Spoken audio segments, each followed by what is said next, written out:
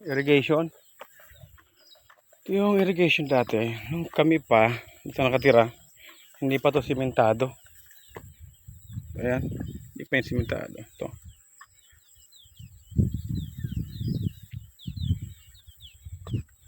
Hindi pa simentado yan. O ngayon, simentado na. Maganda ng irrigation dito. Nadidistribute na ng tama yung tubig. Maganda dito yung mga palay. Ito yung dating katita sa kanini. Ayan, dati dyan kami nakatira dati. Oh. Yan yung manggang nakahiga.